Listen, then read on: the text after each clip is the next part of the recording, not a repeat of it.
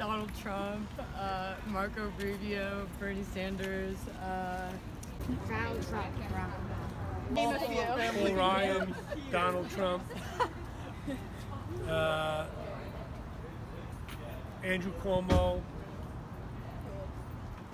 Mike Pence. Not hardly many at all. First one that comes to my mind is Hillary Clinton.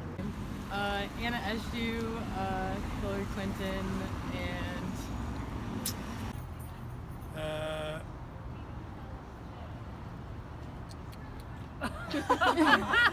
Drawing a blank. Oh, come on. He's being Hold on.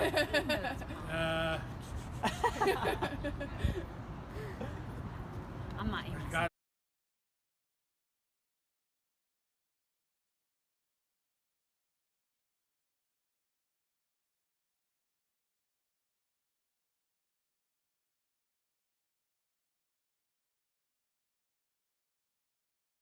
I think a good politician presents themselves as trustworthy and stands behind their morals and values and platforms, and it's very evident.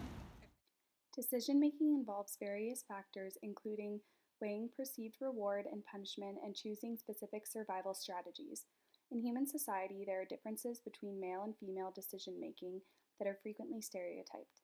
For example, women are often said to be either indecisive or to make decisions with their emotions, while men are said to be more rational and confident in their decisions. In our own world, females are often stereotyped as less capable leaders since they are thought to be less equipped to handle risky decisions. These stereotypes prove to be harmful to female economic and political advancement, as the bias allows for glass ceilings to be placed in the workplace. In this presentation, we will explore the biological and evolutionary basis behind the difference in decision-making between males and females and evaluate whether these differences have any significance on societal decision outcomes. The sexes have hormonal differences that have been thought to play into decision-making. One study had participants perform an evaluated decision-making task measuring risk-taking behavior and collected saliva samples for estradiol, progesterone, and testosterone.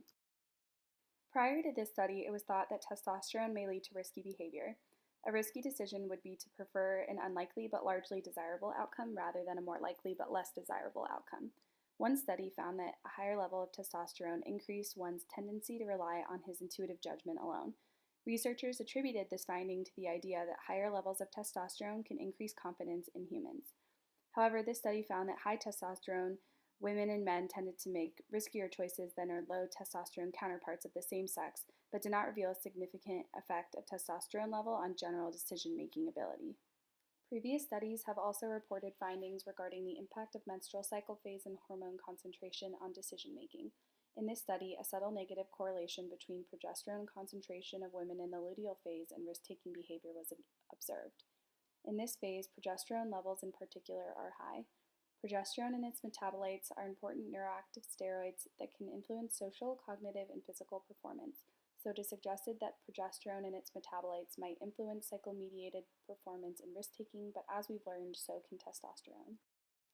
Furthermore, in an experiment in which female mice had their ovaries removed prior to choosing between a large high-effort reward and a small low-effort reward, those with removed ovaries showed increased choice of a large high-effort reward compared to control mice. Because the effect was reversed with administration of either high levels of estradiol or estrogen receptor agonists, it appears that female gonadal hormones play a role in decision-making. Thus, correlations between hormone levels and decision-making behavior have been found in both of the sexes. Perhaps hormonal differences in men and women can play a role in risk-taking or quick decision-making in certain situations, yet it would be erroneous to generalize or characterize either sex's decision-making ability based on this information alone. There have also been brain activity differences found regarding decision-making. In 2015, males were found to have higher activity in the orbitofrontal cortex prior to making safe choices, while in 2009, females were found to have higher activity in the orbitofrontal cortex while choosing between safe and uncertain options. Together, these two studies indicate that the orbitofrontal cortex in females seems to be more tuned to process punishment and uncertainty. This indicates that one of the primary brain regions involved in decision-making is biased towards different contexts within different genders. However, in addition to biological measures, behavioral experiments also indicate a difference in gendered decision-making. The rodent Iowa gambling task, in which rats had to choose between a long-term advantageous option that consisted of frequent small sugar pellets with infrequent bitter pellets, and a long-term disadvantageous option that consisted of occasional large sugar pellets with frequent bitter pellets, found that males developed a preference for the advantageous option faster than females did. This experiment was then replicated in humans with the standard Iowa gambling task. Much like the rats, human females took longer to decide on a strategy. Another experiment with the rodent Iowa gambling task, but different experimental setups, showed the opposite effect. Together, this data suggests that males and females learn about rewards and punishments differently depending on the structure of the decisions and the types of adverse consequences involved. Another format of decision-making experiments had rats perform a decision-making task where they had to press one lever for a small and safe food reward or another lever for a larger food reward accompanied with the possibility of a mild foot shock. In this study, they found that females preferred the small safe reward, while males tended towards the larger risky reward. However, just like the Iowa gambling task experiments, they found that females took longer to reach a stable performance. This was suggested to be because they spent more time investigating each option before deciding which to pursue. In a study done in 1999, it was proposed that the notion that females are more conservative investors and thus less trusted as decision makers may not be accurate due to the gender-specific risk attitudes being confounded with individual differences. Often the tests, such as the Iowa gambling test, focus on the generalized abstract experiments, and these tests do not examine the risk behavior in specific contextual frames. Indeed, the study found that the risk propensity between the female and male subjects was strongly influenced by the context of the financial decision. When told that the decision would lead to an investment or a gain, males were more likely to make a risky decision, while when told that the decision would lead to an insurance or avoidance of loss, females were more likely to make a risky decision. In the real world, all decisions are contextual and varied between investments and insurances. Therefore, overall, this study concluded that there is no real sex difference in leadership decision-making due to the mix of contexts. Thanks to relatively recent NIH implementation to use both male and female subjects in studies rather than just males, there have been a few notable studies that examined the neurobiology behind behavioral responses in the decision-making paradigm. Pellman et al. Demonstrates that there is a sex difference in rat foraging behavior when confronted with a risky environment. In the study, a previously safe foraging environment was now paired with potential foot shocks. While the male rats continued to go to the unsafe foraging environment and altered their eating to consume more food at one time, females are found to decrease their meal size and overall consumption in order to avoid the foot shocks.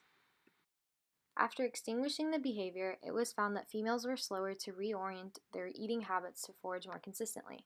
Rather than assuming this was due to cognitive impairments, Pellman et al. Understood that there must be a greater reason to this sex difference in behavior. Due to their slower adjustment, it was concluded that females are more wary of the risks and thus choose safety over metabolic needs.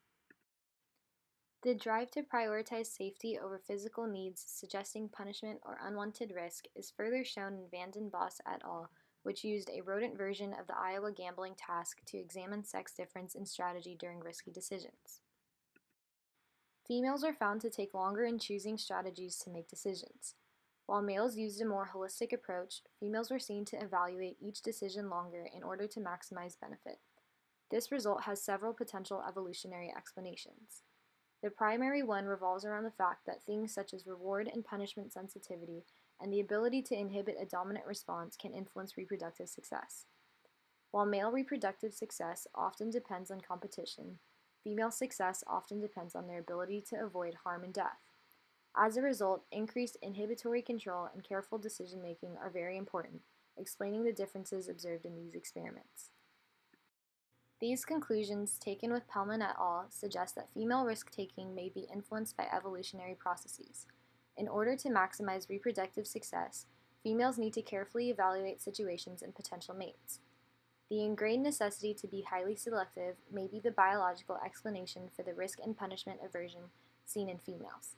And further, the evolutionary difference may explain the overall biological reason for the sex difference in decision-making. However, although there may be a difference in the neurobiology behind taking a specific decision, there is no sex difference in the overall outcome of decisions. While our biological and evolutionary differences may bias our decision-making processes in one way or another, one method of decision-making is not necessarily more effective than the other. suggesting that the generally held stereotypes have no solid biological foundation.